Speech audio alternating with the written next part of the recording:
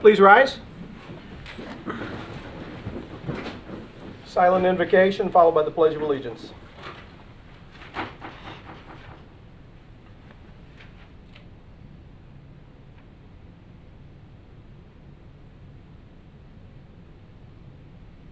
Amen.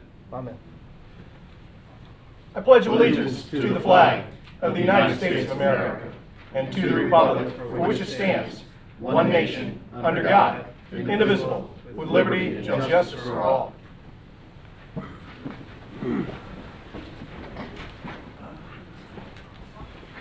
We can open it back up again. Robin, will you call the roll? Councilman Ford? Here. Councilman Tremont? Here. Councilman Bastian? Here. Vice Mayor Slinger? Here. Mayor Burnett? Here. Public comments on the consent agenda items. Consent agenda items only. Any comments? I do want to pull None. Agenda approval. Which one do you want to pull, Bob? 7A. 7A. Okay. Any others? Is that a motion? No, that's just a request. Now I'm asking for a motion I'll move to approve the remaining agenda items. with the exception of Of 7A. 7A, yep. Second. Okay. Hang on, We I have- think our we clerk have- needs a procedural. Your local rules say you need a motion and second to pull that off the consent agenda. I make a motion to I'll pull second this 7A. motion. There we go. We have a motion and a second. Okay. It's a good thing we have a clerk that knows what's going on. All in favor? Aye. 7A is pulled. May I have a motion for the approval of the remainder? Move to approve the remainder, remaining items. The motion and the second for that came from the same two people, Drew and Chase. So with that, please call the roll. Councilman Ford? Yes. Councilman Tremont? Yes. Councilman Bastian? Yes. Vice Mayor Slinger? Yes. Mayor Burnett? Yes, 5-0. Item 7A, approval of Second Amendment to contract with Kemper Sports Management Company. Bob? Yeah, I just had one question. Here's my concern. One, I do want to thank whoever wrote it for getting it was a difficult follow as financial things are on. Anyway,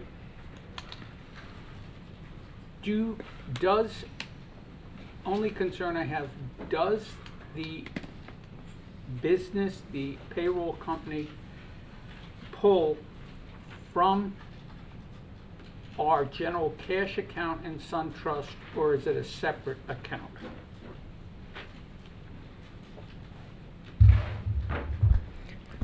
Susan Ball, Parks and Recreation Director. It is a separate account. Okay, so we put money in it for them to pull when they need it. It is not our general cash account. We also have it SunTrust. That's correct. Okay. It is Yes. segregated. Yeah, it is segregated, that's all, Okay. because at one time it wasn't many years ago. That's correct. And that's why we did the amendment to the contract and put those safeguards in there.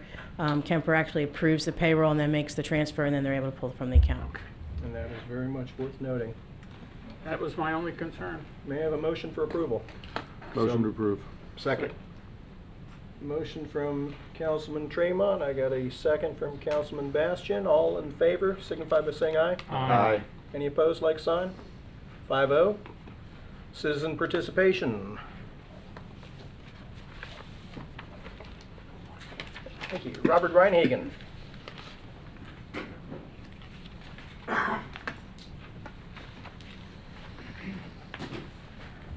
Mayor, council members, Robert Reinhagen, 1425 Dexter Drive, Port Orange. I'd like to talk about the cow pasture that's bounded by Willow Run, Williamson, and I-95, which is up for rezoning. The proposal to rezone the 34.5 acres to mixed use with the given formula could result in no residential use at all. It could all be developed as commercial, office, and institutional uses. This would result in large parking lots, buildings, and large retention ponds, and very little permeable soil to absorb the rainfall into the ground.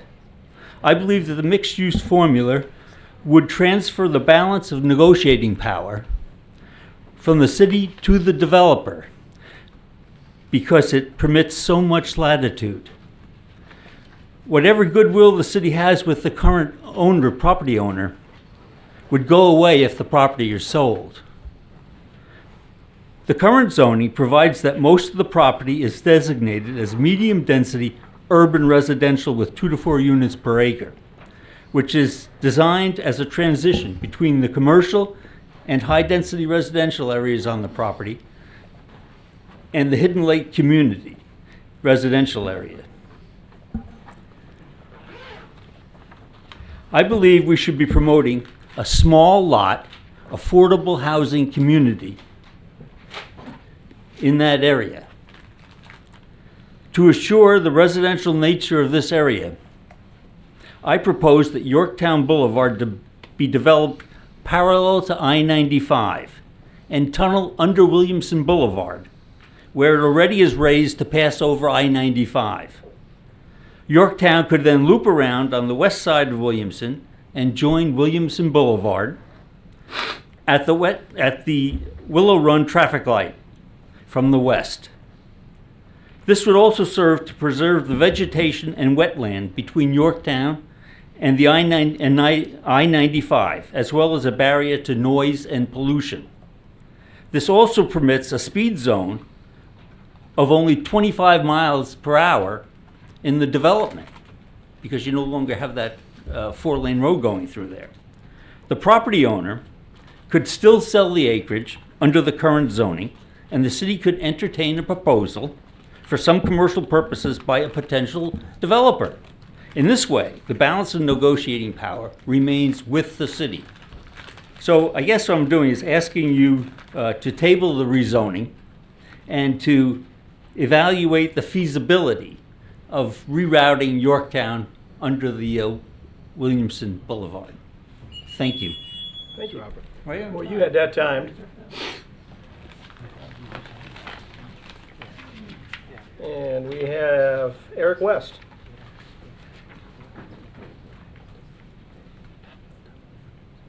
My name is Eric West. I live at 3943 South Peninsula.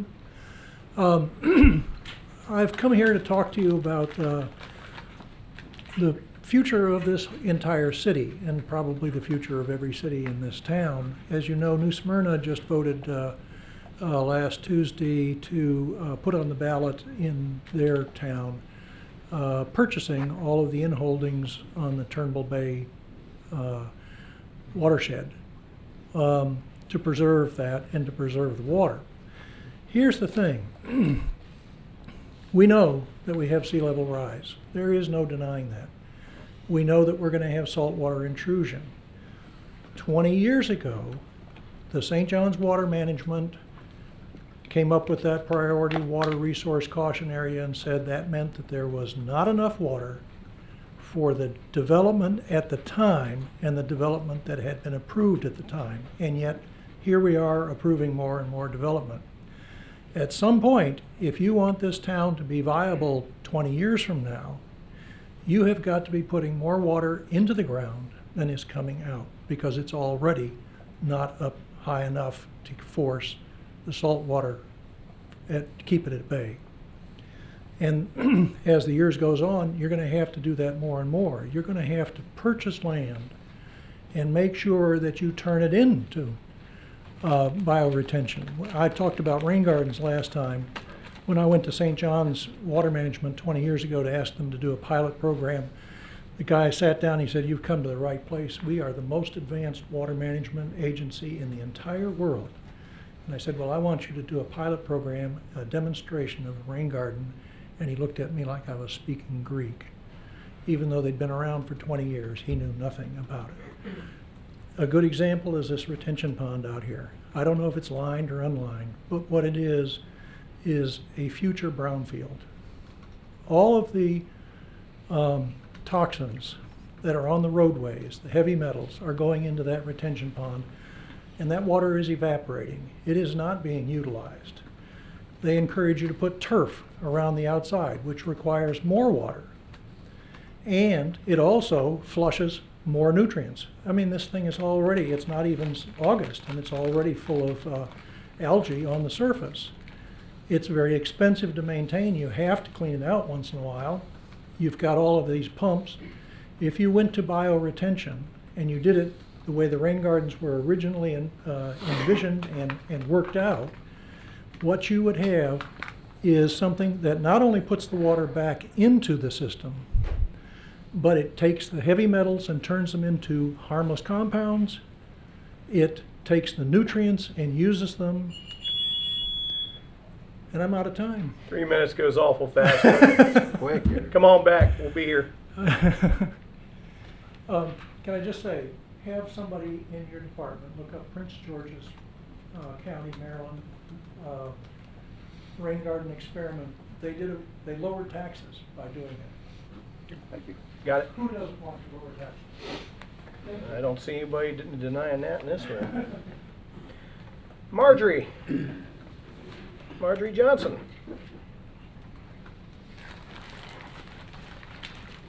Greetings, Mayor, City Councilman.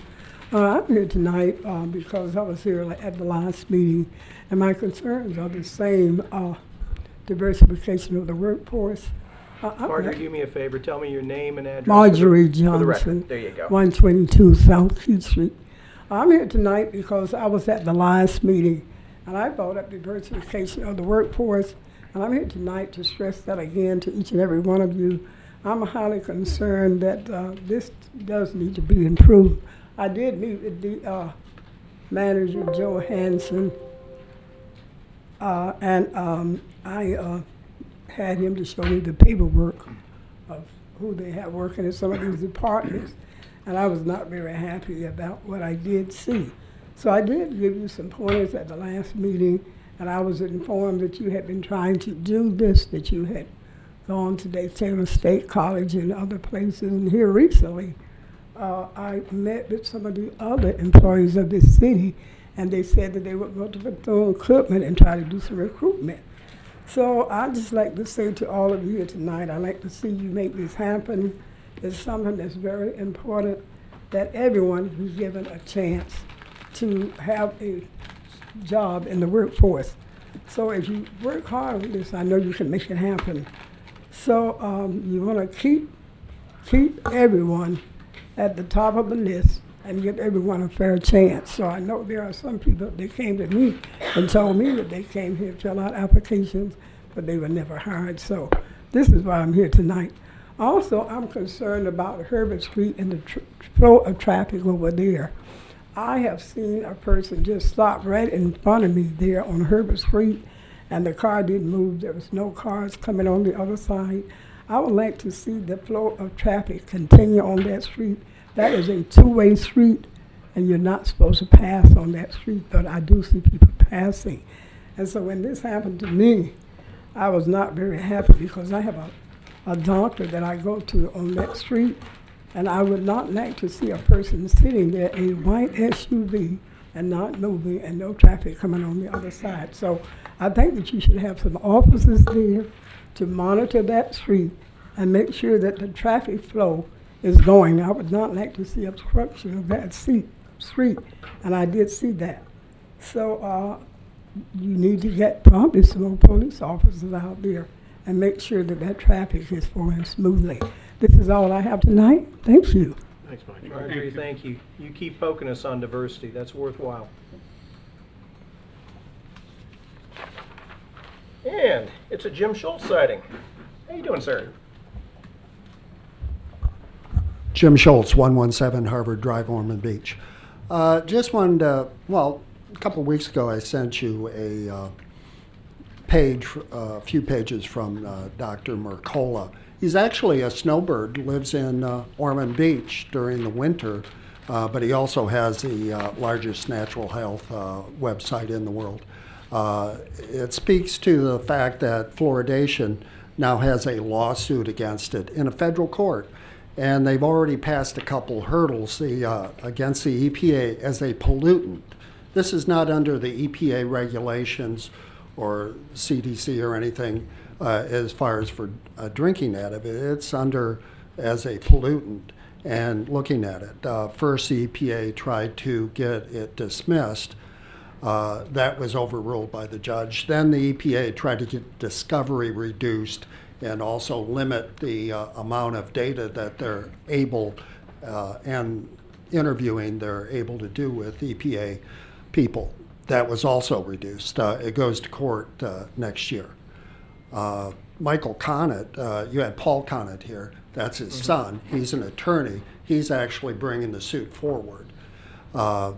Also, the other issue that is even more concerning, if you're paying attention, there had been a couple hundred studies, most of them not done in the United States, on fluoride's effect on brain issues, learning especially, or maybe attention deficit, things like that. There had been 50 studies specifically from other countries speaking to IQ reduction, most of them out of China. The EPA and the CDC has always said, they're from China, they don't mean anything. Well, the first dollars, actually millions of dollars were put forth about 15 years ago to actually do a thorough study with American, Canadian scientists and take 15 years to do. And what it's shown is a scary similarity with the data, with the same intakes as common in non-fluoridated versus fluoridated areas in the United States, and a 5 to 6 IQ point reduction with the fluoridation equivalent. What they did is they had a large cohort of women who were pregnant, and they followed their levels of urine excretion, which virtually exactly copy what you intake on drinking or any other intake. And 3 minutes really does go fast. Yeah. Thank you. Good to see you, Jim. Thank you. Robin, do we have any others? Okay. With that, comments and concerns from council members. Let's start over here this time. Drew? I'm good tonight. We know you're good, but do you have any comments? No. Okay. Chase? Yeah, just really a question and an inquiry. And Alan, I don't know if you can speak to it or if staff could. Going forward, well, here's the example. Driving down Sunset Cove, and a lot of newer developed neighborhoods, the traffic volume in there, and the parking issues that are of constant concerns to residents, and frankly makes for a very dangerous drive-through, whether it be for first responders or from kids riding their bikes through the neighborhoods. We've got houses that are just stacked on top of each other. You know, we're packing them in like sardines here. So you have some of the older neighborhoods that we live in, my neighborhood in particular, we have a wider front yard. So when people are parking in the right of way, it's not so much of a big deal. But some of these newer developments, it's really creating, it's one of the most common complaints that I get from residents is the parking issues, but just from a safety point of view. We obviously can't do anything about the current problems in some of these neighborhoods, but you know, if we're going to continue to have neighborhoods spring up around the city, how do we prevent that from happening in the future?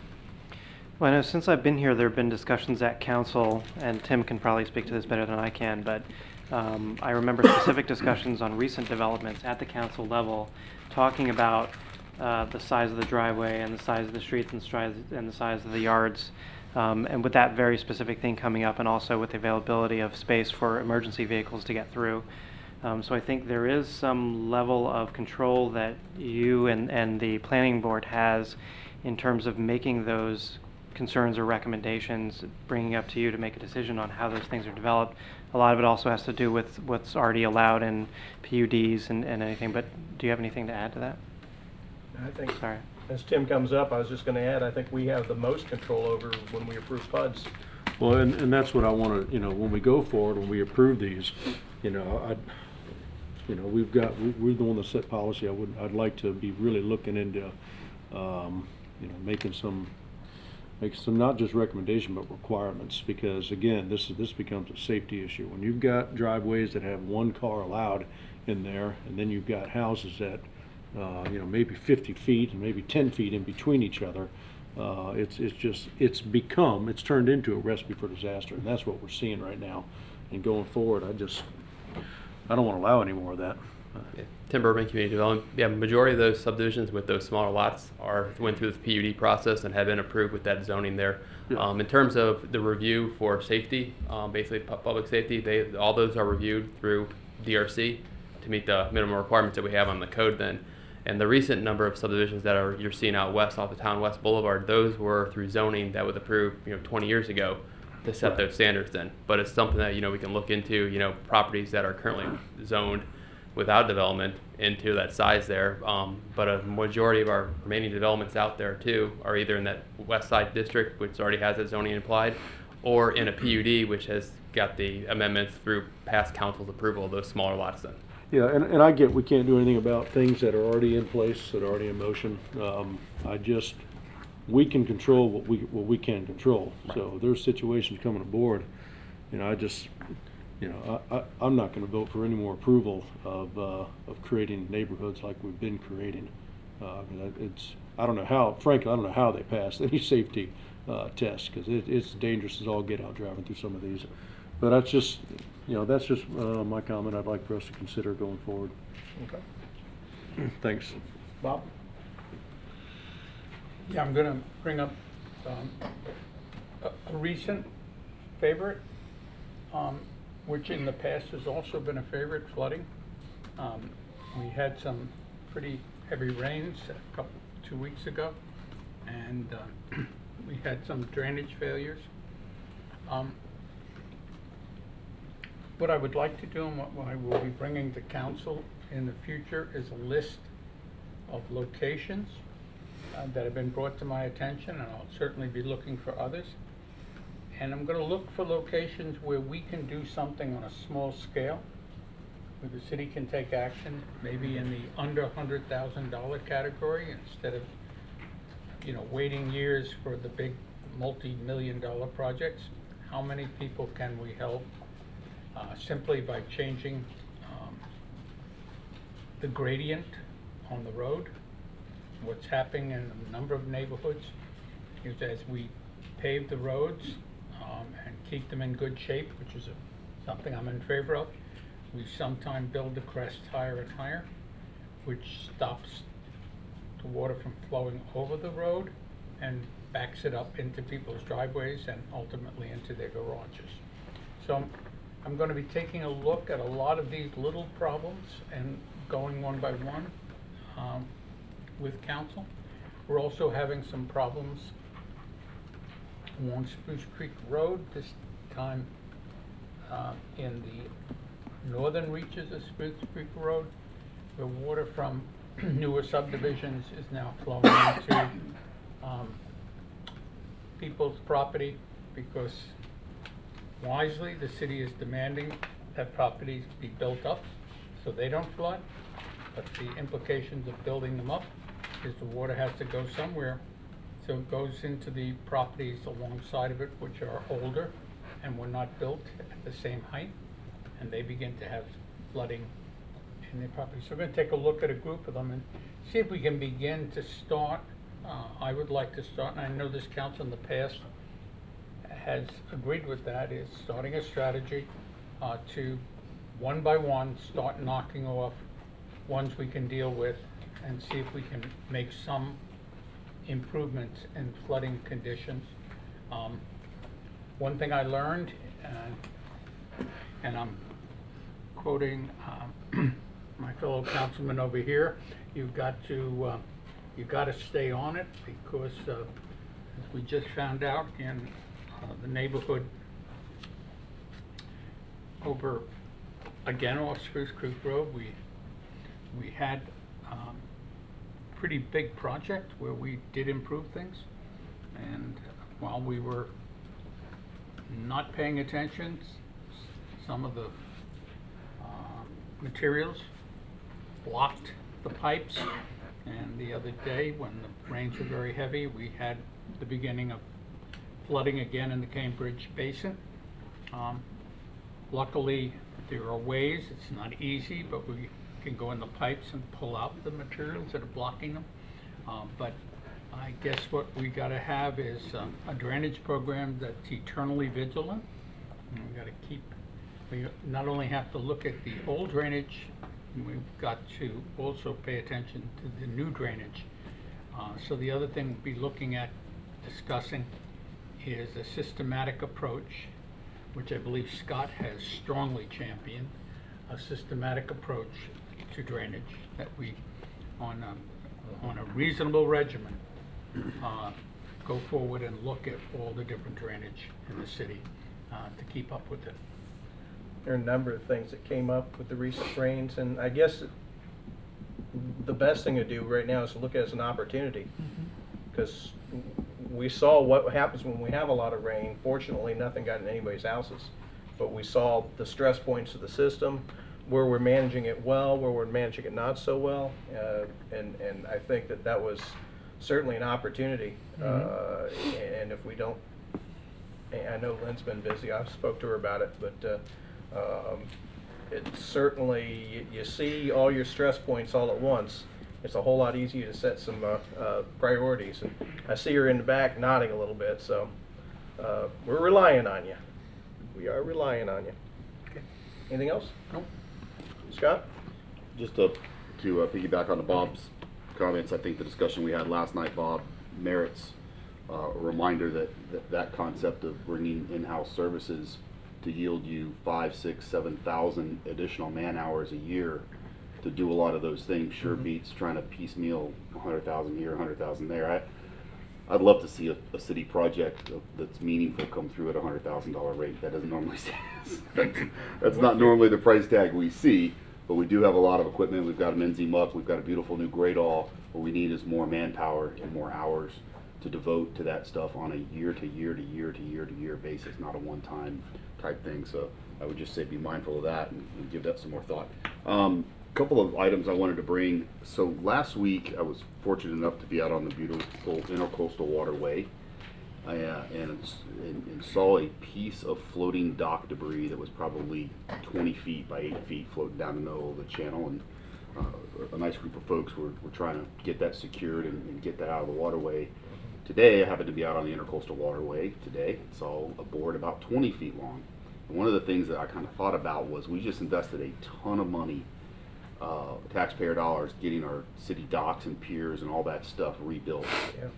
And one of the things I noticed on the Intercoastal Waterway all the way from Oak Hill all the way up to St. Augustine is that a lot of folks who took a substantial amount of dock damage, and I understand the cost to rebuild that stuff, it's enormous, but they're not making reasonable efforts to remove debris that is just dangling off these docks. These docks are in just utter devastated condition.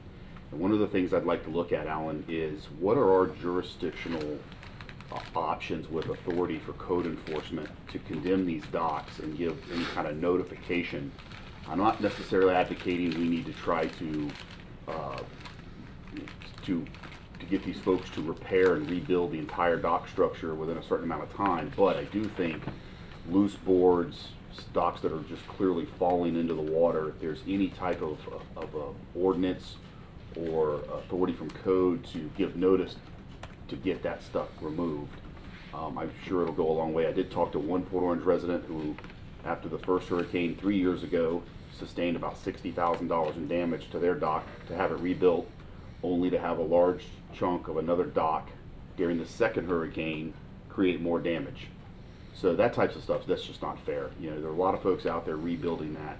And this is something we probably need to look at too with our other municipal partners in county government along the Intercoastal to see what they're doing, if not what can be done, so that the folks that are investing in those repairs, as well as the cities, can kind of protect that stuff from things breaking free just in the normal summer storms and occasional high tides and things like that. Because there's a lot of money being reinvested up and down the Intercoastal Waterway. So if we could look into that and maybe have Jake just comment back to us, what does our code enforcement have in terms of authority? And then the next thing would be, I'd like maybe in our next council meeting, if we can get a brief update on our preparations for the hurricane season, which we are now upon, and specifically, what, if anything, are we doing differently in terms of preparations now compared to what we did the previous 2 or 3 years? just off the top of my head, it seems like we never have enough sandbags when we need them, right? And the public expectation is clear. We need to have them. We need to have them and have them ready to go. And plenty of them. So compared to the numbers the previous year, I'd like to know where we're at with that. Also, the ready available sand. I'm not sure how sand should ever be a problem in Florida, getting it and having it, but do we need to have some of that on hand somewhere for residents in the event? And man, I'm hoping that if we over prepare, we don't get touched. That's what I'm kind of hoping for, by the way. So and then the other things too. I know Lynn had mentioned that we have some generator concerns, and in the long term, I know we're going to work towards getting those addressed. But what can we do in the short term? What's the plan this year in the event? We used to have a partnership, Bob can probably remember, many years ago, where we had sister cities. Yeah. And in the event, you know, of a natural disaster or a storm, we had sister cities, not only in the state of Florida, but in other states that could lend resources and bring them in very quickly to aid us. And I'm curious, is that something we've taken a look at bringing back? Is it possible? Is there a reason why we don't do that any longer? And so maybe a little feedback on a program like that. What was do you remember, Bob, one of the sister cities we had was pretty good size. I don't know if it was in Alabama. Palm Bay. What was it? Palm Bay. Palm Bay? Or was there another one in another state also? Punta Gorda, I believe, was the other one. And then Mississippi. Yeah, Mississippi. We lent aid to Pass Christian, Mississippi. Right. So anyhow, maybe we could look at those and kind of give us a little update on that kind of stuff. That's all I got. Okay. Alan, include in that our current status for DMS sites and current status of debris removal contracts and monitoring contracts. Good point.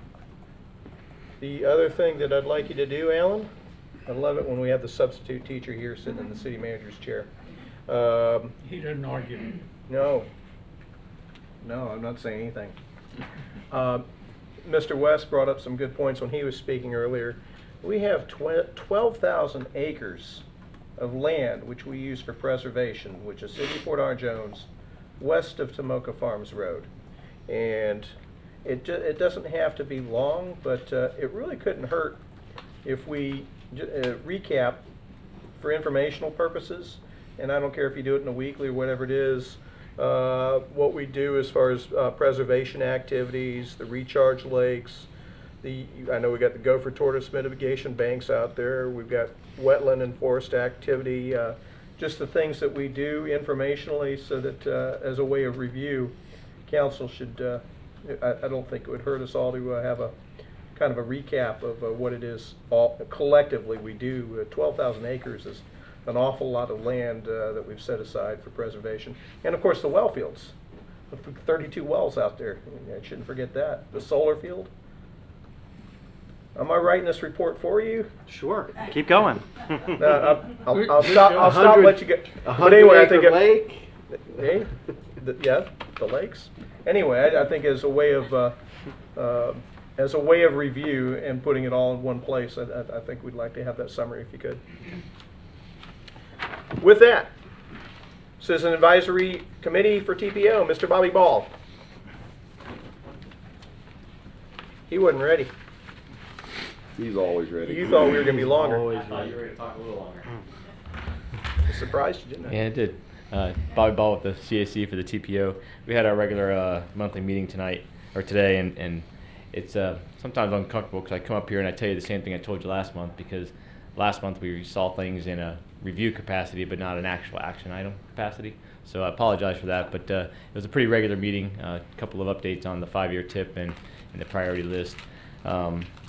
Really the thing that I think is important to say right now would be they're still in the middle of their Tell the TPO survey. Yeah. And it would be good if we can make sure our citizens are represented as far as filling out the survey. And with that, that's about it. Appreciate you. Any questions? Being none, go home. Thanks, Bobby. His wife's not going to know what to do when he shows up before dark. He's a busy guy. Charter Review Board update. Who could that be? DEPCON.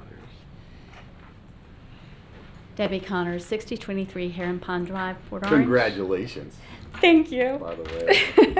You couldn't, Number 4. couldn't bring with you?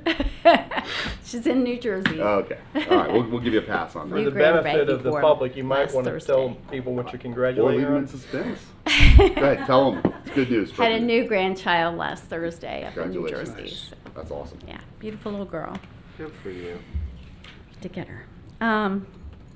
They So need to the break Charter the rule. Review Committee has been, or Charter Review Board has been meeting since February. We had a few items brought before us, not very many, but we discussed and went over them, and we have one recommendation to bring back to you, and that's from the charter on the city manager's contract. In the charter, it says the city manager's contract term shall be indefinite, and our recommendation is to change the contract to read shall set the term, if any, instead of the indefinite wording that's in there now. So that gives you the flexibility to set a term for the city manager as opposed to having an indefinite contract. So that's the recommendation of the Charter Review Board. Okay, any questions? Sure they'll be coming for discussion soon. Yep. Appreciate you. Thank you. Thank you. Thanks. Brings us to item 13, which 13, 14, and 15 are all related. Item 13 is the second reading of ordinance number 2018-10.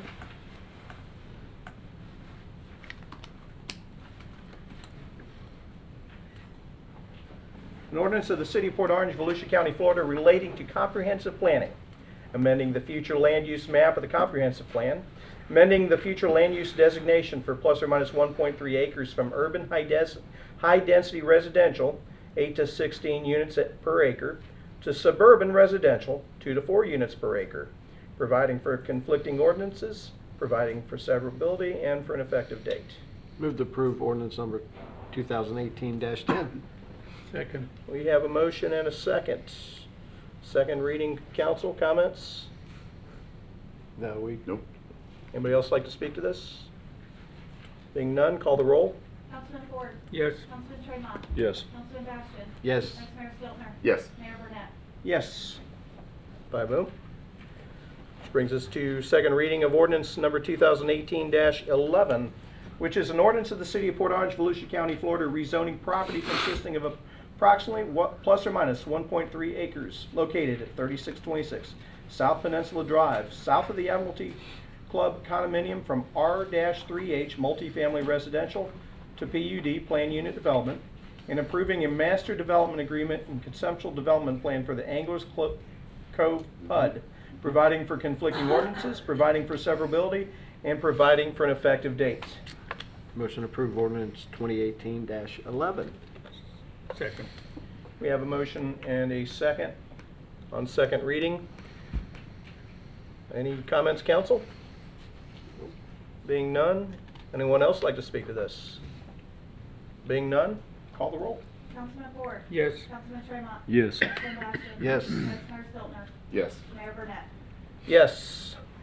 Item 15, which is the final part of that, final plan subdivisions for Anglers Cove subdivision. The recommended motion is to move to approve the final plat and plans for the Anglers Cove subdivision. May I have a motion? Move to approve. Second. We have a motion and a second. Council comments? There being none, anybody else like to speak to this? There being none, call the roll. Councilman Ford. Yes. Councilman Tremont. Yes. Councilman Bastian. Yes. Vice Mayor Stiltner. Yes. Mayor Burnett. Yes. 5-0. Anglers Cove. I think that's a nice one that makes sense. Which brings us to ordinance number 2018-14. I'm going to read this into the record. An ordinance of the City of Port Orange, Volusia County, Florida, annexing approximately plus or minus 0.57 acres of property located at 1660 Anita Street, repealing conflicting ordinances, providing for severability, and providing for an effective date. May I have a motion for approval? So moved. Second. We have a motion, a second, and I'm going to assume that The material you're going to give us is on 16, 17, and 18 together? Yes, it's your pleasure if you'd like to open the other It two items. absolutely is. May I have a motion for approval? So moved. Hold on, I probably ought to read the Yes, next please. two also. Let's do this right. Ordinance number 2018-15 is an ordinance of the City of Port Orange, Volusia County, Florida, relating to comprehensive planning, amending the future land use map of the comprehensive plan, amending the future land use designation for plus or minus 0.57 acres for Volusia County urban low density to City of Port Orange rural transition, 0 to 2 units per acre, providing for conflicting ordinances, severability, and for an effective date. May I have a motion for approval? So moved. Second. Motion by Councilman Bastian, second by Councilman Ford. And the final one is 18, 20, 16. Ordinance number 2018-16 is an ordinance of the City of Port Orange, Volusia County, Florida, rezoning plus or minus 0.57 acres located at 1660 Anita Street from Volusia County Rural Agricultural A2 to Single Family Residential R20, authorizing revision of the official zoning atlas and providing for an effective date. May I have a motion? So moved. Second. We have a motion and a second. All three items are on the floor. You may address them all at once. All right, thank you. Penelope Cruz, planner. So starting off, this is the annexation of a little over a half an acre property. It's a one parcel in an overall enclave that we have in the city. You can see right there on the graphic. Basically, the property owners are wanting to annex into the city, and with that change to a city future land use and zoning, pretty much consistent with what's on the property now at the county, with the intent of obviously building one single family home. So their staff has reviewed it, all the appropriate departments have reviewed it, there's adequate capacity, and we're here to just answer any questions you may have, and the property owners are also here if you have any questions for them. Chase, anything? No question. Bob? Nope. Scott? Nope. Drew? I don't have anything for him, no. Anyone else like to speak to this? Being none, on ordinance 2018-14, call the roll. Councilman Ford. Yes. Councilman Tremont. Yes. Councilman Bastian. Yes. Vice Mayor Stiltner. Yes. Mayor Burnett. Yes, 5-0. Would anyone else like to speak to ordinance 2018-15, which is item 17? There being none, call the roll. Councilman Ford. Yes. Councilman Tremont. Yes. Councilman Bastian. Yes. Vice Mayor Stiltner. Yes. Mayor Burnett. Yes, 5-0. Would anybody like to speak to item 18, ordinance 2018-16? There being none, call the roll. Councilman Ford. Yes. Councilman Tremont. Yes. Councilman Bastian. Yes. Vice Mayor Stiltner. Yes. Mayor Burnett. Yes, 5-0. Penelope, could you introduce us to the newest citizens of the City of Port Orange? Stand up. Come on up, though.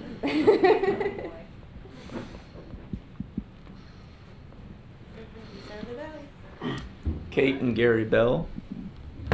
We would just want to say welcome to the City of Port Orange. Thank We're glad you. to have you. We already are. Yeah, We're at we're it. starting So- next right now. There you All go. right, just moving. Now your Old property things for is. staying, yeah.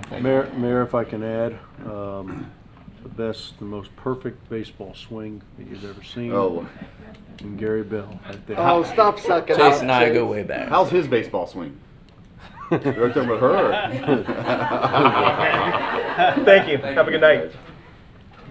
Chase will be here all week. Thank you very much. Penelope, real quick, the annexation of that property, so there's just another, maybe it's bigger than an enclave, I'm not sure, but this county area that's still there. Yes. Now that that piece is contiguous to the rest of all of that, does that make any other opportunities to get all that wrapped up? Not yet. It not necessarily doesn't make it any easier. We actually, before the Bells called us to annex into the city, we were actually already in the process of talking to Volusia County to do an enclave annexation agreement. Okay. And actually, at the same time that they submitted their application, we received the next item, which is also annexing an enclave, and we have another application that we just received yesterday. So we called the county and we said, so we don't have to redo our legal descriptions and everything many times and waste more money. We kind of just put that ILA on hold for a minute until we get the enclaves that are in the process annexed, and then we'll go back and annex through the interlocal agreement the remainder of the enclaves, which we are allowed to do by Florida statute. Okay. That's a long way of saying yes. Thank you. Well, just so you know what's coming. That we like. Very good. Heads up. Which brings us to item 19. First reading of ordinance number 2018-17, annexation of 1389 Reed Canal Road. An ordinance to the City of Port Orange, Volusia County, Florida, annexing approximately plus or minus 9.91 acres of property located at 1389 Reed Canal Road, repealing conflicting ordinances, providing for severability, and providing for an effective date. May I have a motion for approval? Move to approve ordinance number 2018-17. Second. We have a motion and a second for approval.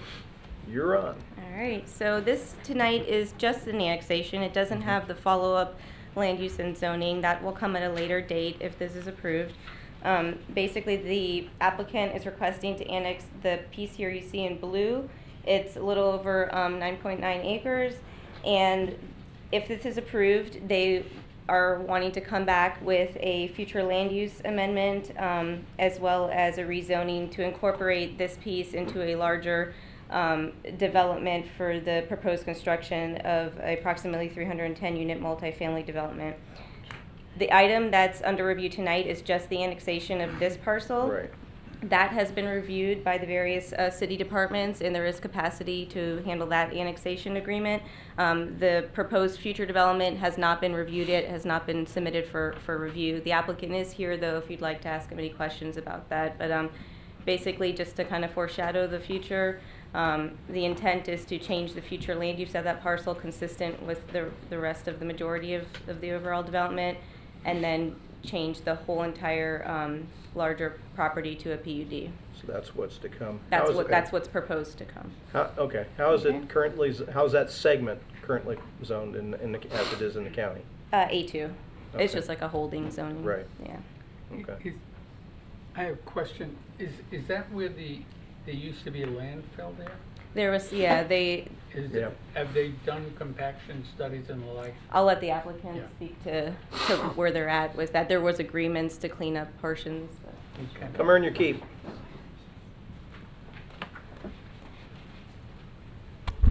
Mr. Mayor, council members, Jeff Brock, 444 Seabreeze Boulevard, Daytona Beach, Florida, representing the applicant Collier Companies.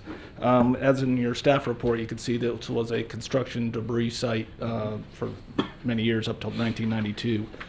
The part fronting Reed Canal has been cleaned up. It's suitable for supporting a structure, but the balance of the project still is not, and it's going to be largely open space in the proposed site plan that we'll bring forward to you. Any other questions? I watched that burn. Especially there. It burned for a long time. Yeah. Tires. Oh, really? I remember. Oh, whatever was in there, whatever construction debris that was in there, and I think you're absolutely right, Drew. There was a tire fire there. Part of the reason why I like the idea of getting it under our control and getting it annexed. Well, and the other thing is, the fire, while annoying back then, probably solved most of the compaction problems. There's that. Any other questions? Anybody else like to speak to this? If not, call the roll. Councilman Ford. Yes. Councilman Tremont. Yes. Councilman Bastian. Yes. Vice Mayor Stiltner. Yes. Mayor Burnett. Yes. First Thank reading, you. you're halfway. Thank you, sir. Appreciate it. Mayor, if I can ask a question pertaining to that. While we're at the Clyde Morris area, are we? What is the traffic plan later on? I just want that to be on our radar as more development. There's a lot of land out there to be sold. I don't want Clyde Morris turning into another Dunlawton, frankly. Madeline is already backed up as it is. I just want to be looking in the future of some right-hand turns on Madeline, for example. And I want us to be cautious of that going forward with Clyde Morris. That's it. So, Mr. Assistant City Manager, if you could maybe pop in the weekly this week, what our capacity information is for Dunlawton, or I'm sorry, for Clyde Morris. That particular, sorry. Unless we can get that answer right it's now. It's in the staff report. That particular portion of Clyde Morris in this area has got 36% capacity. That sounds about right for that Is, section. is there any room for an eventual right-hand turn on to Madeline from Clyde Morris? Turn right there now. I'd have to look at that and see. You're talking about a There's right-hand turn lane? I mean, there's 2 lanes right there. I just Unless you buy the 7-Eleven property now. No, onto Madeline from the from Different. Clyde Morris. Right, you'd have We're to buy coming south. You'd have to buy that. That's all private property there now, right there at the intersection. At the I'm talking about where the groves are. Yeah. Going I'm thinking south. Clyde, I'm excuse me. thinking Clyde Morris Correction. Reed Canal. Going south. Yeah, not Reed. You're talking Madeline? I'm talking Yeah, Madeline. I mean, Atlantic. this I know this is on Reed Canal, but it's still going to be connected to Madeline or to to Clyde Morris Trail. Going south? Going North. south. Going north, right? Conversation for later today. I'll bring it up later. I'm good. Hold on to your hammer. Yeah. There you go.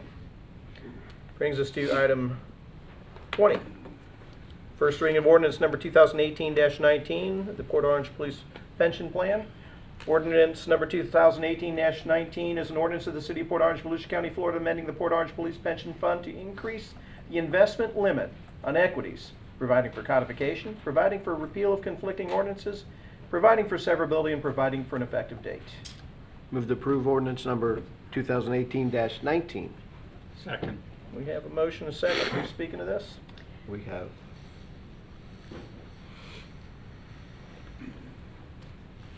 Who are you and why do we want to do this? Good evening, Mr. Mayor, Councilman. My name is Tyler Brummels. I am from ANCO Consulting, representing the Police Pension Board this evening. Hopefully you all received a brief presentation that I sent on Friday. So if everybody has an electronic copy, I was just going to take you all through that quickly. So if you want to open up to page 1 there, or I'm sorry, it's page number 2. Oh, okay, great. Great.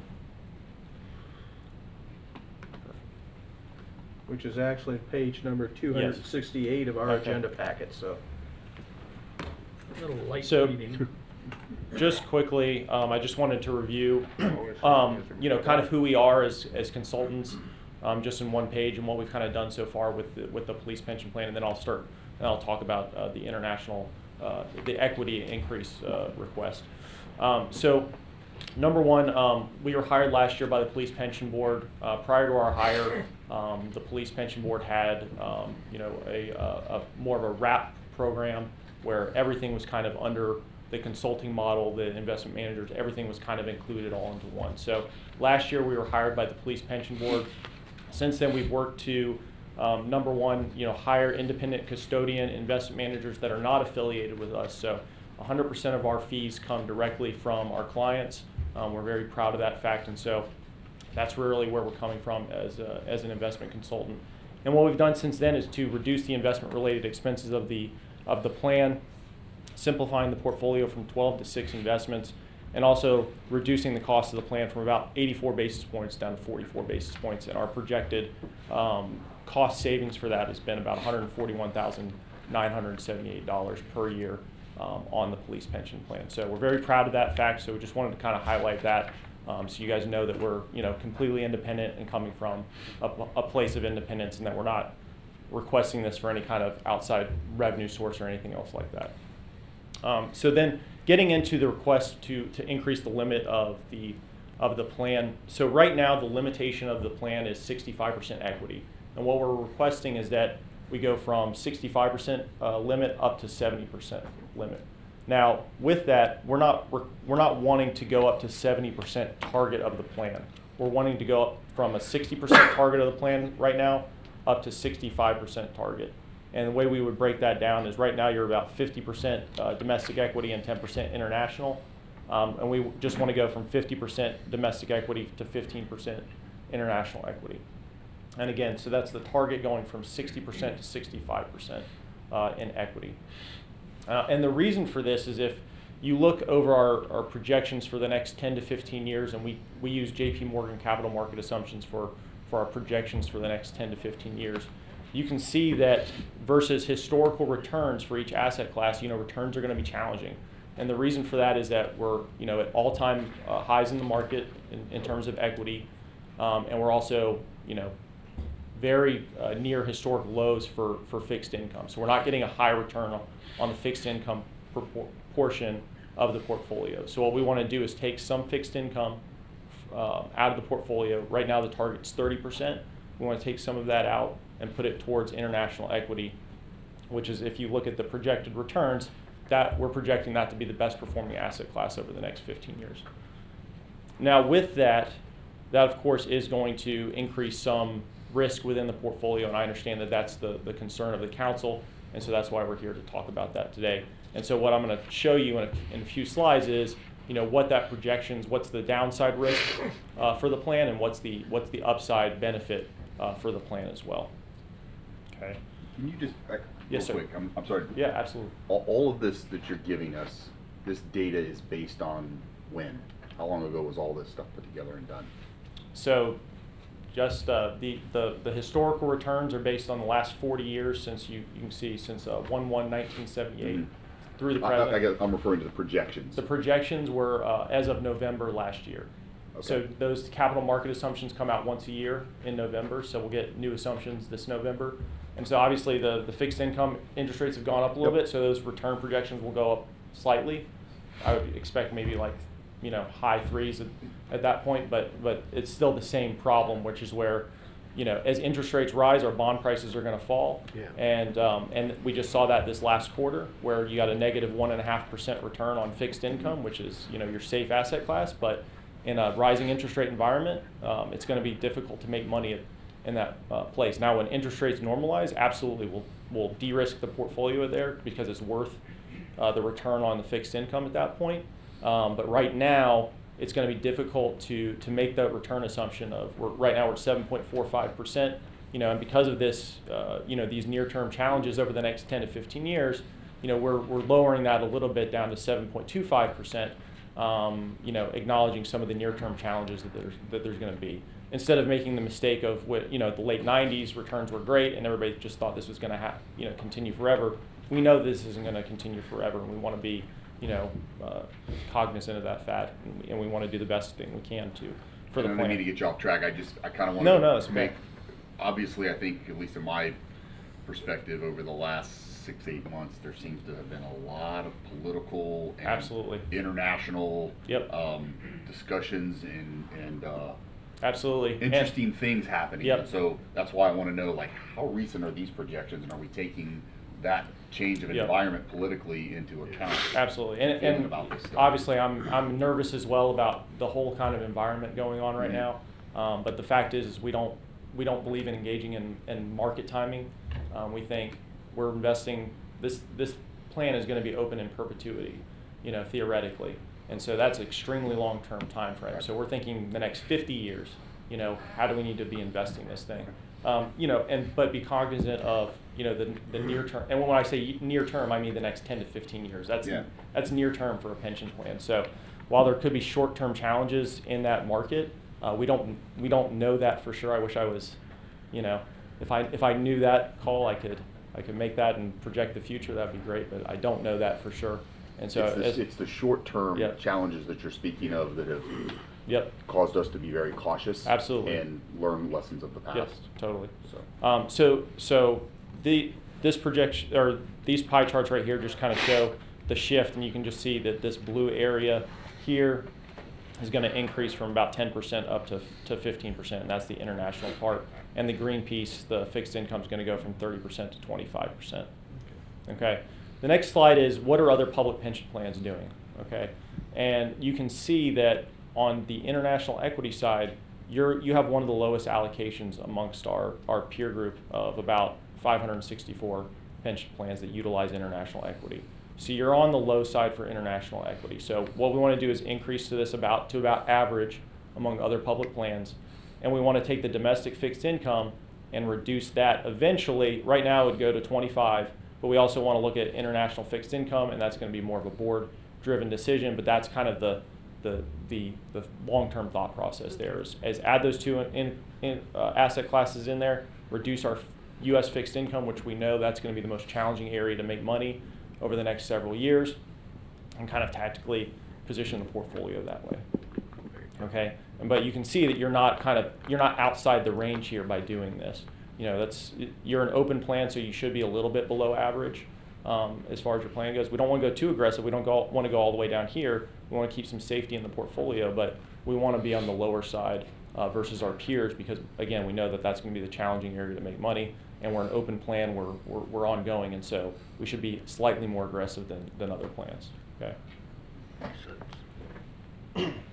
Okay, so what's the projected impact of that?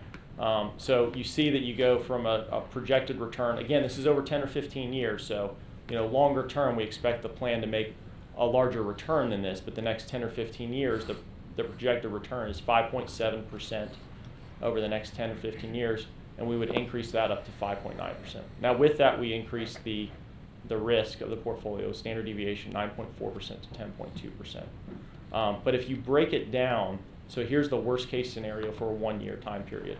Negative 8.8% for your current mix, and we go from negative 8.8 to a negative 9.7.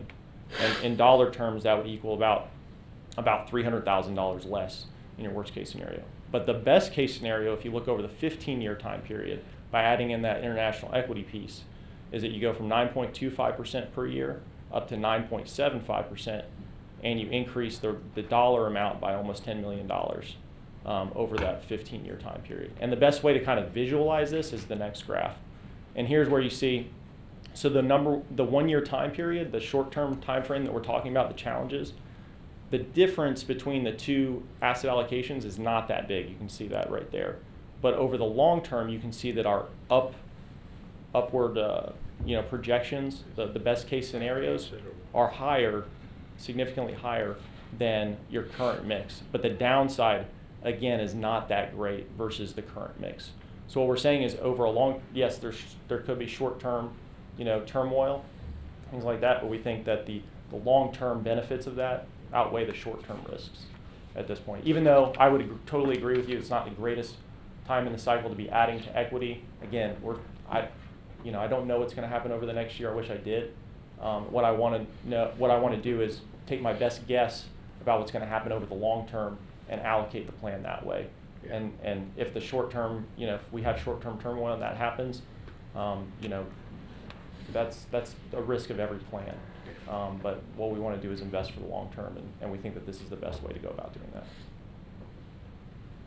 So I'm happy to answer any questions, comments, concerns. Pretty cut and dry. Invest money to make money. I like that formula. Yep. As long as we invest it wisely and properly. This is your committee, right, Drew? It is. And this we're very happy to have them.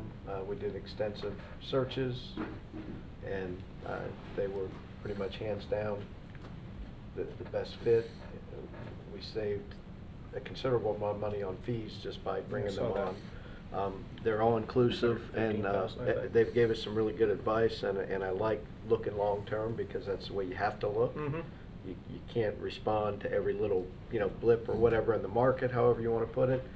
And so only if you want an ulcer. Exactly. So I think long term, this would make sense because the reward is worth the slight increase in risk, and there is going to be downturns in that, but you have other ways of protecting that too with bonds and things when depending on situations. So and your board was comfortable with this? Absolutely. Okay. Absolutely. Any other questions? Alan, did you have something to add? I wasn't involved in this at all, so from a lay perspective. Oh boy. Looking at it for the first time, I would say that one of the slides I felt was a little misleading in that it shows the worst 1 year and the best 15. Okay. So, that's something that, if I was comparing apples to apples, I compare apples to apples, not the best 15 and the worst one. Just to be clear, we do show that on this slide here, so you can see the worst. Can you put it back up? Yeah, you can see the worst 15 here as well. Mm-hmm. I highlighted the 1 year because that was the concern of what is the immediate risk of adding this in. So I didn't mean to be misleading there. I was more just trying to highlight what we got feedback as to what the council wanted to see, which was what is the long-term benefit and what is the short-term risk. So that's the only reason I highlighted those there, but the numbers are all right here. So you can see that the worst case scenario on the 15 year is about $1 million less, okay? But again, the best case scenario on the 15 years is about $10 million more. So there's larger, upside benefits than there is downside risk. And I do agree from an investment perspective. Obviously, this, as he indicated, is a very long-term proposition. It's not something we're looking at the short term. Because I did have the similar concerns about, is this really the right time to be putting something in equities when we're really concerned about, but I guess my question would be then, even if you have the ability to increase the investment in that area, that doesn't mean you have to. It just means you have the ability to. Right, correct? exactly. And like I said, when interest rates start to come up and the benefits of investing in equities is not as big as it is now, we'll definitely shift that more into conservative assets. If we can earn 6% on our fixed income portfolio, I'm all about going back to the traditional 60-40 mix and getting more conservative because we're getting a good return on that piece of the portfolio. We're getting 3.5%, and we can get some negative numbers in there in the really near term for fixed income.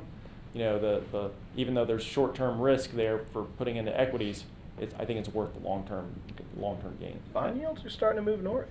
And then the only last comment that I'd have is the actuarial review basically said there's no change based on this, and technically there's no change because we don't know what's going to happen. Right. At the same time, I would have been more comfortable with the report saying there's no change, but you obviously have the ability to increase your risk because you're able to put more in a risky investment than the more safe investment. But that's the only comment I have on that. Just to throw it out there. Anyone else like to speak to this? Back to us. Council, any other comments?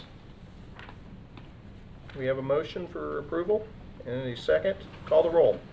Councilman Ford. Yes. Councilman Tremont. Yes. Councilman Bastian. Yes. Vice Mayor Stiltner. Yes. Mayor Burnett. Yes. Make us some money. Thank you all Thanks, very much. Tyler. Thank you. Appreciate it. Tyler, does the clerk need one of those? No, I have it. Okay, I have it. sorry, Yes. thank you. I have it electronic.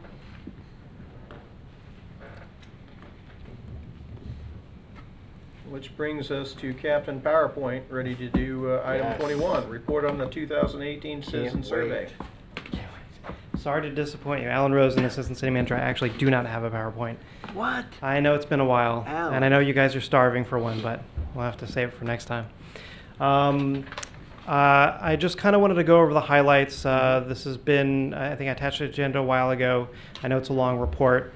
Most of the pages are actually the actual comments people put on the open-ended question. But I just wanted to hit some of the high points, and then if you have any questions, let me know. Basically, we got about 1,490 valid responses. It's very similar to last year. There's just a couple of more. The confidence level and margin of error was very good. So that basically gives us a confidence level that if we were to ask other people, if we were to ask everybody in the community, we could assume that about 99% of the time we'd hit the same answer. And the margin of error is within plus or minus 3%.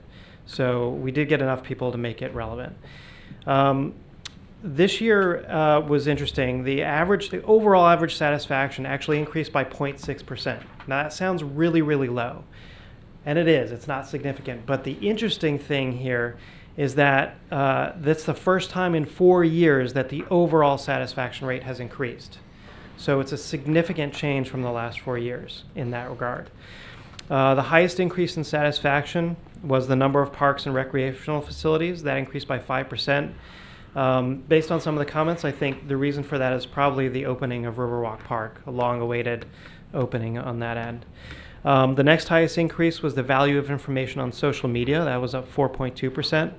I think that's likely due to the PIO being able to be here for a little while, get our footing, and being able to get additional stuff out that we didn't have the time to do on social media. In addition to a lot of the stuff, if you watch our YouTube, Facebook feeds, you got a lot of stuff coming out from Parks and Rec and from the fire department. They're doing updates all the time, so I think that's showing in these scores. The steepest declines on the downside were permitting and planning and then managing for growth, which overall is also the lowest measure at 59.1% satisfaction. I think this is always, a lot of time this is tied to development and traffic issues, and I think they attribute a lot of stuff to this side of what we do. Even though our agency doesn't drive the development, we just kind of manage how it happens. The economy really does that. And you see this kind of, as you go forward in the economy, when it slopes down, you have less development. When it goes up, you have more development, and those pressures are felt, and people definitely come out. And you see that in groups around, not just in Port Orange, but in other communities around here and around the country, who are opposed to development, especially when it's really fast and furious. And interestingly enough, the measure of ease of driving in Port Orange actually increased for the first time in 7 years. So that's another one of those that for the last 7 years, sometimes double-digit declines in how people felt about driving through this community. It actually increased this year, again, not significantly, statistically higher, but a different trend. And I think over the last year, we worked with the county a couple of times on the lights and things on Dunlot, and I think that's a little bit of a noticed issue. I ask people when I go around, have you noticed anything?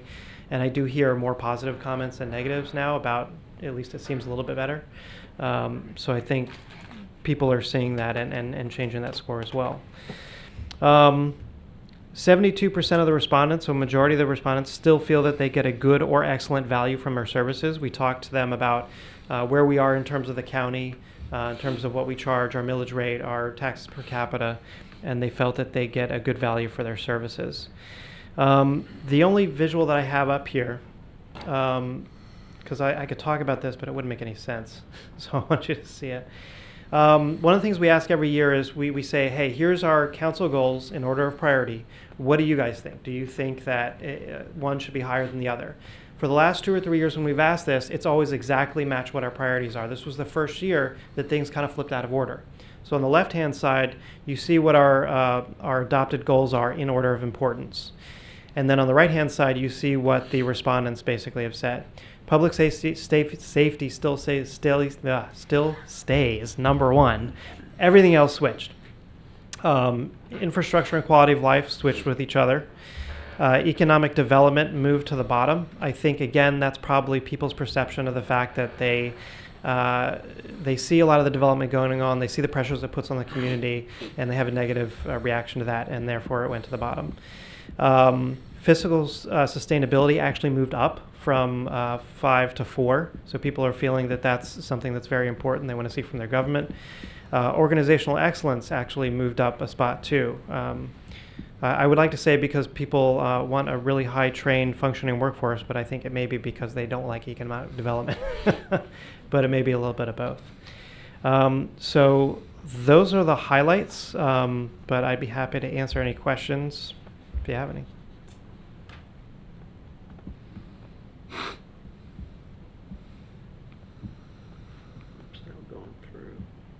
Seeing none?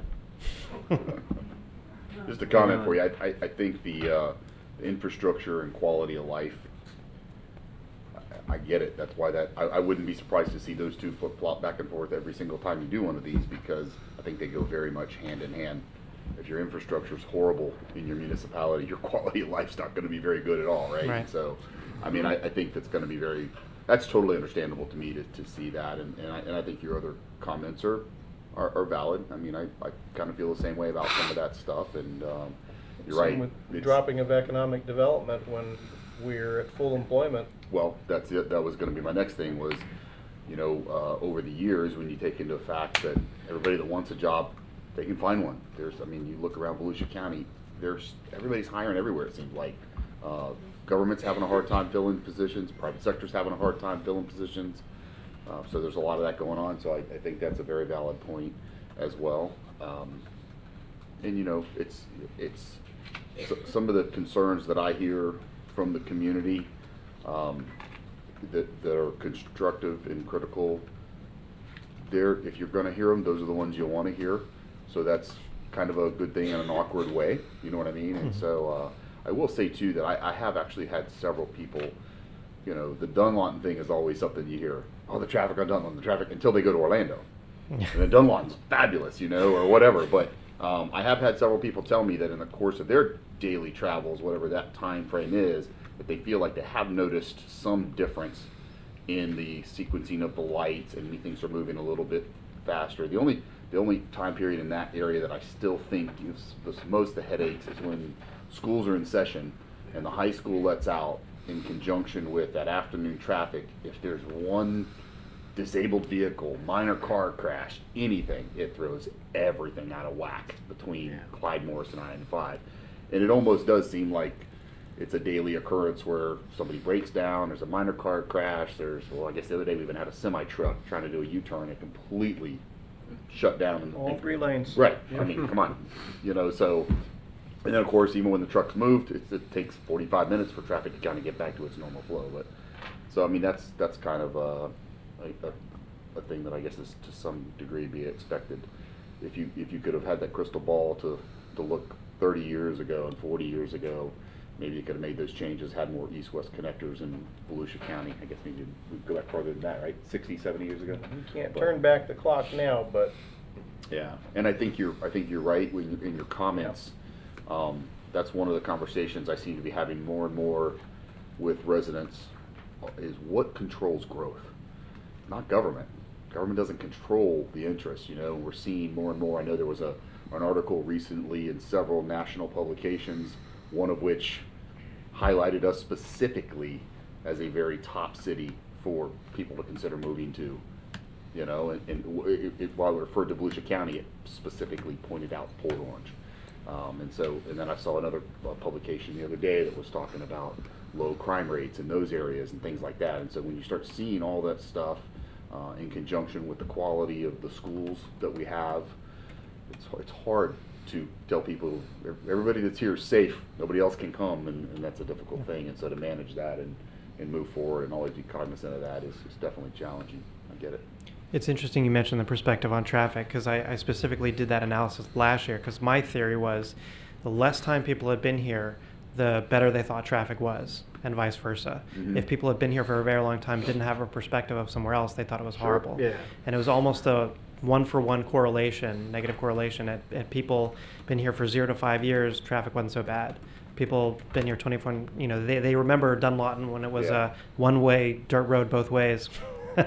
You know, and hey, leave me alone. So, valid points. Overall quality of life, despite all those things, 96.4%. Mm-hmm. Now it's our job to keep it there. But see, that's the point. When you're that high, more people want to come. Yeah. You know? Yeah. Can we skew the number and make it like 56% and then, yeah. Victims of our own success. That's right. publish two different numbers, one on the outside. One Certainly, right? Yeah. Maybe we can, I don't know, maybe we need a wall on I-95 at the interstate to tell people we're no longer making sunshine in Florida. They don't need to move down here. Any other comments? Yeah, Al, I noticed on, going ahead of this while you're giving your presentation, on table 25, the 5-year history of value for services, 5-year change is 9%. So that's a pretty good increase over just the past 5 years. It didn't go down, it went up. So that's, that's good news there too. Yeah, it's quite interesting when you look at the written comments by district. Very different set of concerns. Oh yeah. My area, for example, is decidedly poor, and they have, much more concerns with crime and all the other issues. So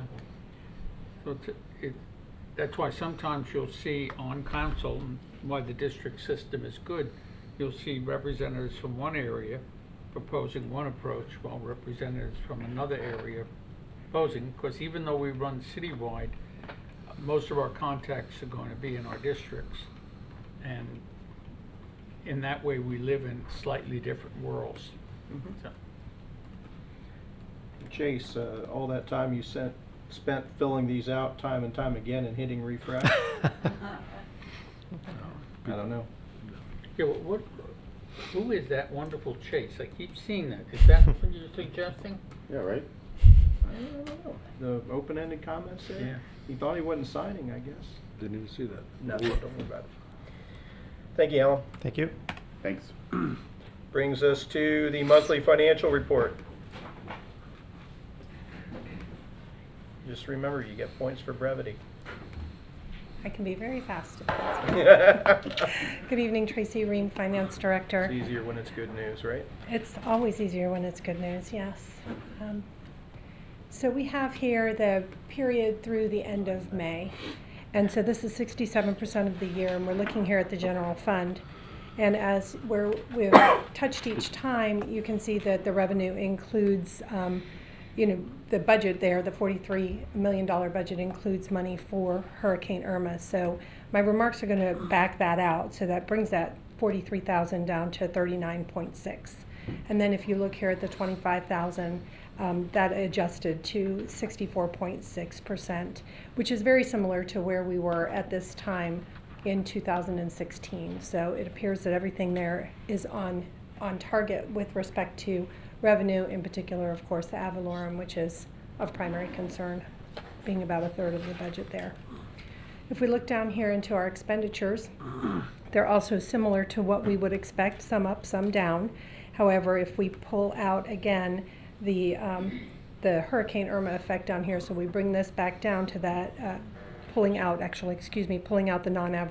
non-departmental. So I'm taking out this line because this line has the hurricanes in it, and that really skews what we're looking at. So if we would remove that out, this 43 drops down to 33, and this 26 drops down to 20,710,000, or this comes to a 61%. And so you do that all the way across the board. This 58% becomes 60, this becomes 59, this becomes 61. So again, we're on target for where we would expect when we remove the extraordinary items. Council will be pleased to know that we've recently received additional Hurricane Matthew funding from FEMA. We are currently, our reserves have been replenished, so if we look at the amount that we're required to have, that 35%, not including encumbrances, okay, but if we just look, we need about 10,700,000. We have about that, just plus or minus a little tiny bit. In cash, not accounts receivable. In cash, not in accounts receivable, because of course you can't spend those accounts receivable. But again, we do have encumbrances that are out there, so we also are expecting about another 970,000 on Matthew. That's at the state level. So we're at least moving forward in that regard, which is very good news. Yes, it is. So if we look here at the Building Special Revenue Fund, a large, well, not a large, a small but very variable fund, you'll notice here, of course, that we have already outpaced the budget that we anticipated. And if you compare it back historically, you can just see the variance in this fund. We had $213,000 in revenue last month alone, primarily a result of the Seagrass Assisted Living Facility and the self-storage building on Journey's End Way. Our expenses in this fund are as we would expect them to be. They're 45%. If you look right up here, this 854. So it's a little bit, we have an upward trend as we would expect, but still only 45% of the budget. So we add all those things together, we get down here to a $514,000 net position of revenue exceeding expenditures. It's about the same as it was last year, but significantly more than it was in 2016. I'm going to look at the water sewer fund here. Again, a very large fund. We've got 32 cycles in each one of these fiscal years, which is always good for comparison purposes. We have 62% of the budget, 15, almost 16 million has been collected in revenue. Our expenses here, our operating expenses are 8.6 million, or 57% of the budget. We moved down here into the non-operating piece. This is where you see your projects coming in. So that 655,000, that's an expense. So that's all your non-operating, your projects and your interest and such. Our debt, of course, in this fund is up this year by about 256, almost 257,000. So when we combine the fact that our revenue is a little less than last year, our expenses and our projects are more than last year, so, and then our debt is more than last year, that all translates into this net position that is about, about $1.4 million less than it was last year. So those are the pieces. The revenue down 265, expenses up 219, projects up 687, and debt up 257. So it's still a large fund. It's still in healthy condition, but it's different than it was. Here's our solid waste fund. Here we look and we see that we have revenue. If we take this $4,413,000 and this $19,000 down here, so that's a $4.432 million, $124,000 more than at this time last year. And if we look at our expenses, we see that between our operating expenses here of the $4,151 and our debt of $134 down here, that translates into a $214,000 increase in expenses. So our revenue's gone up $124, our expenses have gone up $214. That means a net position that's gone down by 90, which you see reflected here on the bottom line from this 236 down to the 146. Still healthy, still in good condition. Our drainage fund. Our drainage fund has increased revenue this year. The difference between this $4,279,000 that we've collected this year and the $3,738 is $540,249. So we've collected more, about 95% of our budget here. That's because, now when you compare that to the ad valorem, of course, at 98, that's because some of these get billed out on a monthly basis for churches and other items as in the resolution. So that's why it's not quite up to 98%. If we look down here at the operating expenses, it's $38,000 more than it was at this time last year. The reduction is primarily related here to personnel savings. And the non-operating at the 644 is just only $20,000 more than last year. So we boil that down to the bottom. We have revenue exceeding expenditures by $1,004,000, which is $468,000 more than last year, which is primarily revenue driven. And here's the golf course. For the balance sheet, the point of note is always, of course, this substantial liability that is almost evenly split between the loan pool and the water sewer fund. And then here for the month of May, they had, of course, less. May was a very rainy month. I thought it would be worse, considering all the rain. I thought so as well, but I was looking for a horrendous number, and it was only semi-bad. That's correct.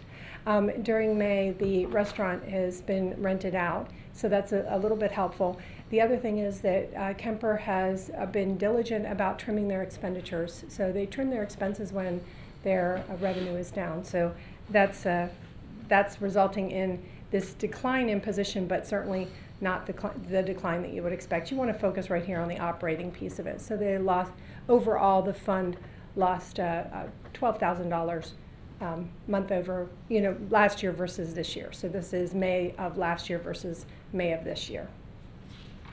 And then, of course, here you see the actual decline in the rounds, the total rounds during a very rainy month.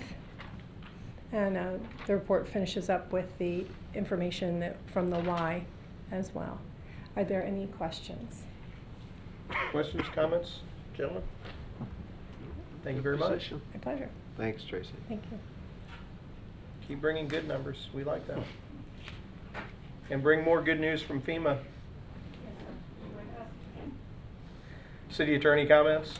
I have one item I need to talk to you about tonight, and that is the petition regarding your stormwater permit for Yorktown Boulevard, the middle segment. And that permit is issued by the St. Johns River Water Management District. Shortly, we'll be prepared to file the motion for attorney's fees. So I want to kind of give you some background tonight and let you know some of our basis for filing that motion. The petition was filed in January. Since January, we have not been provided any relevant basis for challenging the permit. We've had the opportunity to talk with the petitioner several times and with the petitioner's proposed experts. It appears that the petitioner is seeking to delay the Yorktown project. I want to give you an example of the action that the petitioner has taken, and we clearly believe it's an abuse of the process of being able to even take these types of things to an administrative law judge.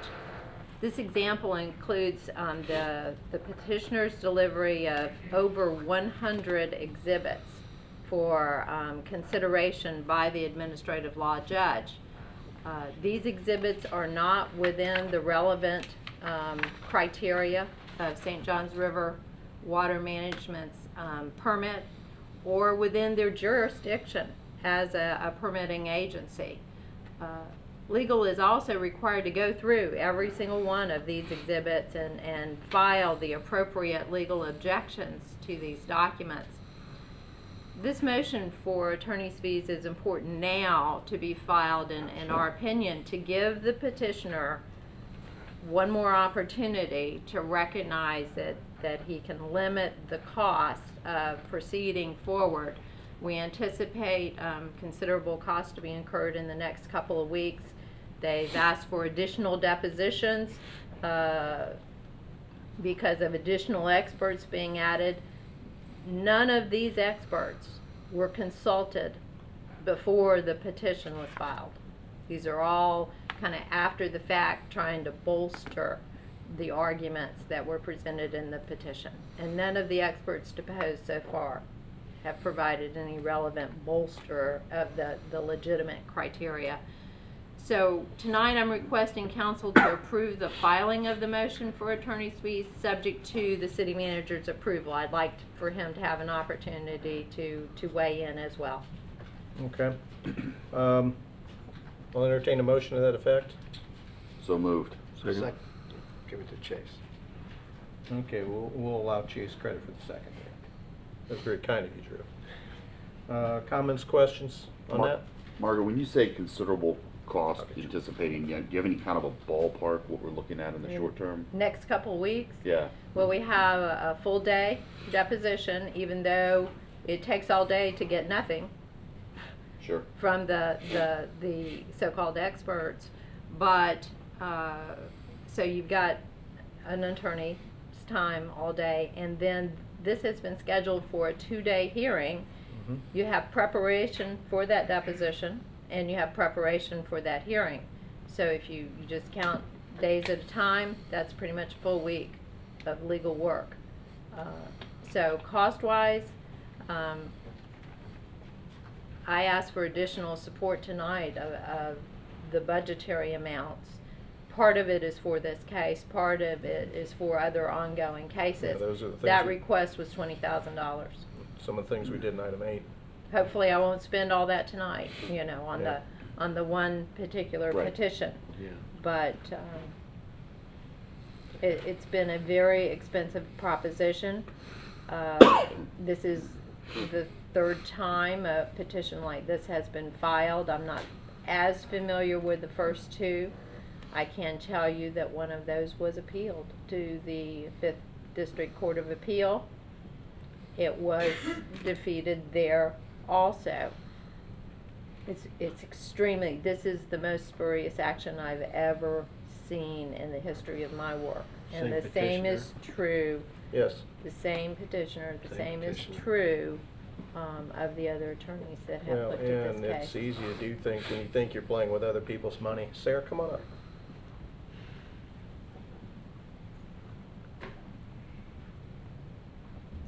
Sarah Jones, 44 Woodfield Drive, Port Orange. I would respectfully note that the way this is a contentious item. It is an item which many people have opinions on. And the way it was placed on the agenda as attorneys' comments, there was not really public notice of the request you were going to make tonight. And also you made statements about the validity or impropriety of certain actions. And it's a hot topic in the city.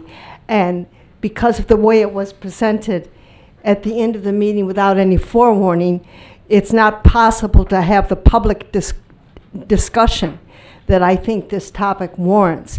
So I would respectfully ask the council to table this matter until their next meeting, when they are able to put it on the agenda in such a way that the public has proper notice that this item is going to be discussed. I thank you. Council, further comments?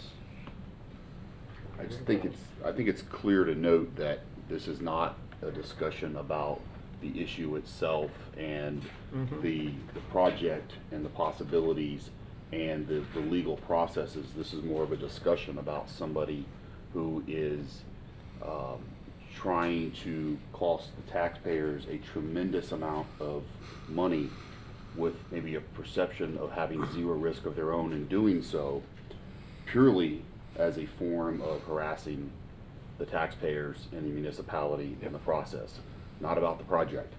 And so I think that that's something. Those aspects of it were decided. Exactly. And so we as a city and as you know, elected body to watch over the taxpayers' funds, we can't allow people to just frivolously harass the process. Correct. And cost the taxpayers tens of thousands of dollars in things that the courts have already looked at and said, yeah, this is not warranted. And this is the third time. This is the third time.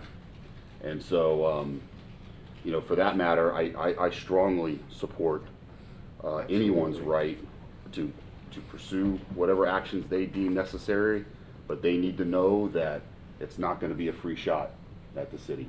And if you're wrong and the courts rule so in our favor, we're going to come get the taxpayers' dollars back as best and as often as we can. It'd work the other way if we lost. Yeah, absolutely. We lost, we got to pay. So 100%. Yeah. I think that's very important to keep in mind. So we do have to be good stewards. I agree. Any other comments? I'd say delaying it or tabling it would not be good.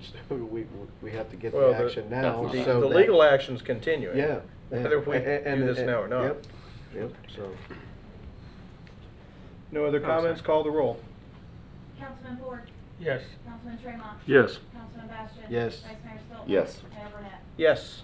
That's all I have this evening. Thank you. City manager comments. Mr. Johansson just wanted me to notify the council that there's a contract for the turtle farm that we have. The Turtle Mitigation Bank. That's correct. The Gopher Turtle Mitigation Gopher Bank. Tortoise, that is correct. Which is out in the 12,000 acre preserve we have west of the city that you're going to report on? Well, I was going to let you write that. You're going to delegate. Yeah, I was going to let you write that and give that to Christine for the weekly. Okay. We do have somebody doing that. They've been doing a very good job. This person has a permit to do what they do. If we didn't award the contract to that person, we'd have to kind of start all over again. So the city identified this as a single source contract, and which is under the city manager's purview, and they were going to re-up the contract with Ms. Daly to do that job. So the city manager wanted me to let you know that, because he said he promised he would let you know when he did it, and this is his notice, although he's in Oregon, so he's having a hard time getting here to tell you that. I did want to remind the council that, as you know, you will get periodic updates, obviously, as you do for our ERP project. We are still pushing down the pipe for that. It puts tremendous resources and strain, specifically on the finance department. And the city manager did mention the other day, or did ask the other day, if council would be okay with getting quarterly financial updates, at least until the end of the year, so that they can focus a little bit more on the ERP and not strain them too much. So the one you had tonight was the last monthly one you'll have in a little while, and then we'll come back with quarterly. Of course, at any time, if council feels they want any update, just please let us know, and we'd be happy to provide that as well. And if there's any issues that come up in the interim between those, we will definitely let you know as well. We're going to be talking dollars and cents in budget workshops we will. Anyway. Yeah. I wanted to notify the public and council, if you have nothing else to do tonight and you find yourself really itching to go on the city's website at 10 p.m., just want to let you know that it will not be up. It will be down for about 15 minutes for maintenance from the company that manages that, but it should be back up after that. So I just wanted to let everybody know. That's all I got. Okay. Committee reports, Art House. We had a very, very successful Fun and Funky dinner, which is their major fundraiser. It went very well. They did well financially. In fact, this week we're going to have a meeting to look at the positives and negatives for, we do each year, going to debrief it and see how we can make it an even better and more rewarding event. So that was a terrific evening. It was a good evening. Give them my best. Brings us to First Step Shelter. Yeah, we just hired our, or at least announced our selection of Mark Gialis as our executive director, First Step. He's a fully qualified former executive director at HUM. He's got all the qualities that you would like to see in this position. Just waiting on going through standard background checks, things of that nature, to make sure they all clear as they expect they will, and then final negotiations on the contract. So we're excited about going forward with him. And our Soldier On, which is an extra added program that gives permanent housing in the second step process. Graduating folks from the first step into permanent housing, which without a second step, first step is useless. So good progress being made in first step. Good.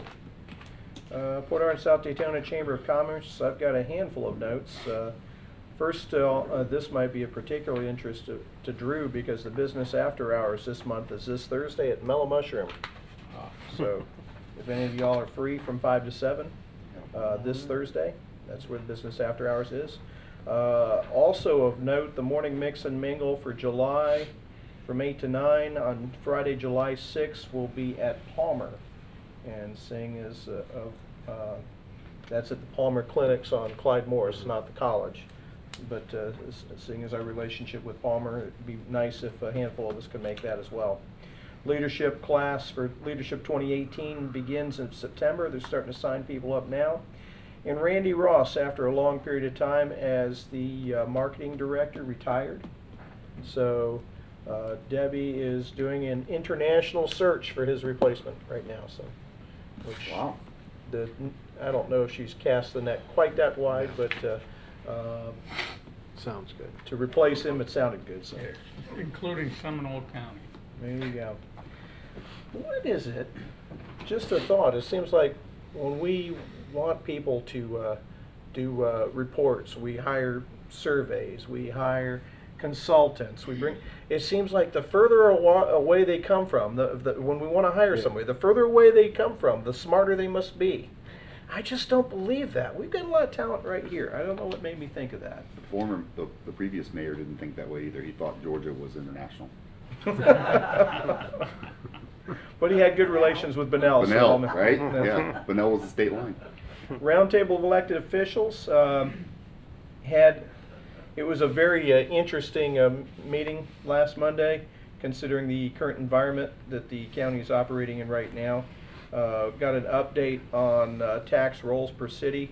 One thing that I wanted to, and I know Jake emailed you guys the information, I wanted to point out that the property appraiser figured out that Amendment 1, if passed, would affect us with a tax shift of $918,000, which is the worst in all of Volusia County.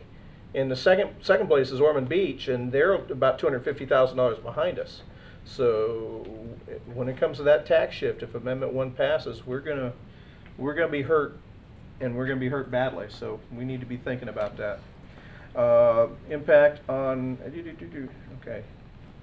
The infrastructure sales tax conversation we know has been tabled until the county completes, recompletes, or whatever it is that they're going to do with impact fees, with whoever it is they actually end up commissioning to do that.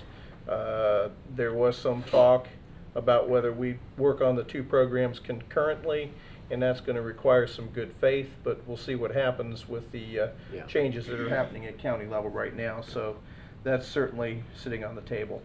And as far as that was concerned, that was a short meeting. by their standards and ours. All right, before you bang the gavel, we'll give a plug for the next big event at Riverwalk in the River District, June 30th, Food Truck Wars, noon to 7, Riverwalk Park. And who's going to be a food judge for that? Maybe somebody up here. Maybe Might so. be me. Might be. I wish you luck. There'll be 40 food trucks and live Practicing. entertainment. You gotta practice for stuff like that. You got to get all warmed up for that one, huh? Yep. And with that, everybody, have a good night. Good night.